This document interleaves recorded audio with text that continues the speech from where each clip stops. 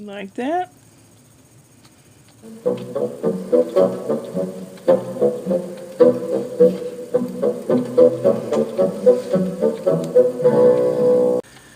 This is what is called a Milwaukee brace. You go into the doctor, he makes a form with plaster cloth, and when it hardens they cut it off of you, put it back together again, and they make a form of you. And then they form this brace made of leather and metal and lots of buckles and screws and bolts and things that wear holes in your clothes. Now some people, I don't know anyone that wore it on the outside of their clothing. Everyone wears it on the inside of their clothing, underneath their clothing. But I had to wear one of these, 20 pounds worth of leather and metal for 3 years when I was, like 6th grade, 7th, 8th grade. And I was only like 80 pounds, so I mean it was 1/4 of my body weight. I was born with scoliosis, which is a curvature of the spine, usually in the thoracic area, and lordosis, which is a front to back curvature, where your butt sticks out and your stomach sticks out. So that's why I had to wear one of those braces. Now today, I was sitting in the chair with the cat watching the Olympics.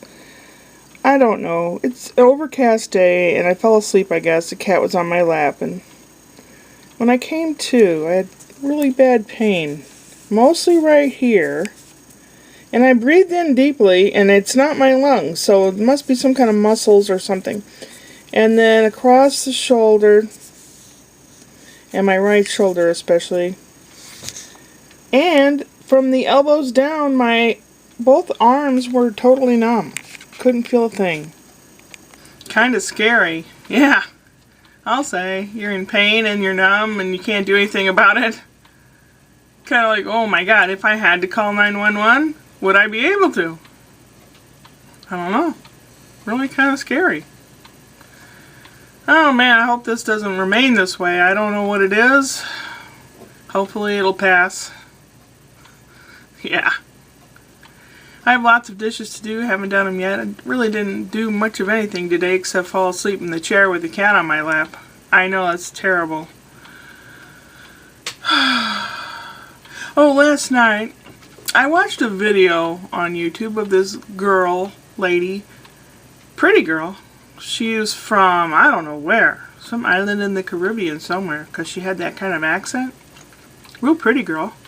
She was talking about losing belly fat with drinking this concoction 3 to 4 times a week, and you'll lose belly fat. No question about it. So I thought, well, let's see what it is. So you have a cup, you have boiling water, 1 teaspoon of cinnamon powder, 1 teaspoon of ginger powder. You mix it all up, and you drink it as warm as you can stand it. You can add cold water till it's cool enough to drink. But you have to mix it with boiling water so that it all incorporates. It was okay. I had some last night. You do it right before bed. It helps with insomnia. It helps with inflammation and all kinds of stuff, apparently.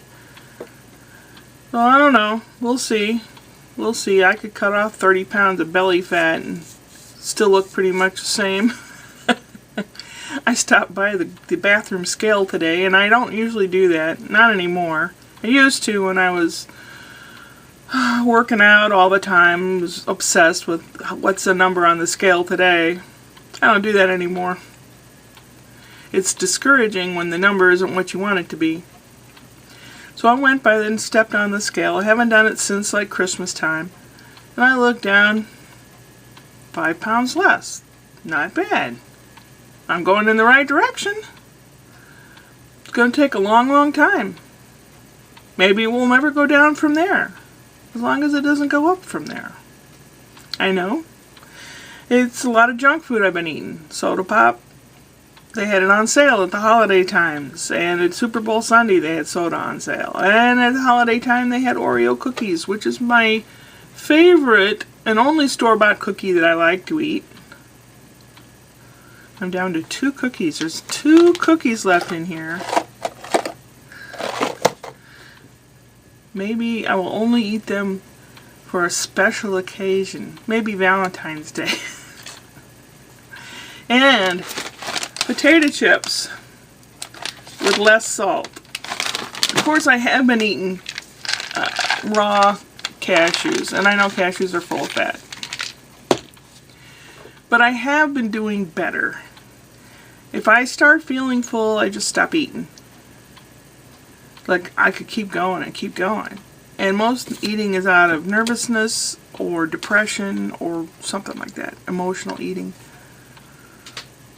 That's the hard part, is knowing and being able to control what you're doing. Well, anyway, I have dishes to do. Cat is somewhere. I don't know where he went. Haven't got anything done around here. I still have to pay that insurance bill for the car and look at all the other bills, get them lined up in my little bill book. I write down, like, the electric, how much it is, the gas, phone.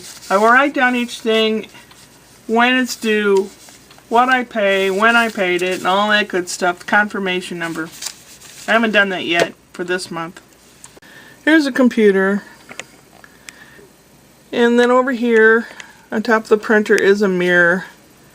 And it has the Olympics playing on TV, which is over here. I do that all the time. If I have the TV on, I'm doing what I'm doing here at the desk, and I can always look over there briefly to see what's on TV. I could turn around, but this keeps me from having to move a whole lot. And I got this habit from when I first started being a medical record coder. I had a boss, lovely lady, very lovely lady, couldn't have been nicer. And she's a very dark-skinned black lady, and she always wore black dresses. And she walked very quietly, and she's a very quiet-spoken person. And she'd come up behind you while you're busy, totally your brain's in your record, and you're reading, and she'd come up behind you and tap you on the shoulder, and she'd go, "Shirley," and I'd jump about 6 feet. So, which makes me look like I'm up to something, and I'm guilty. So, since then, I have a mirror so that I can see over my shoulder, because that way I could see movement. And I had a hard time seeing her come up behind me sometimes, too. And I've always been tightly wound and jumpy, but it does help me. At work, if I have a desk job especially, I have to have some kind of rear view mirror. It just helps. Anyway, Wednesday is Valentine's Day. Thursday is a lecture I'm going to. Friday's a psych study I'm going to. And Saturday's auditions. Will I be going to those? I don't know yet. But that's it for Sunday night. Upward and onward.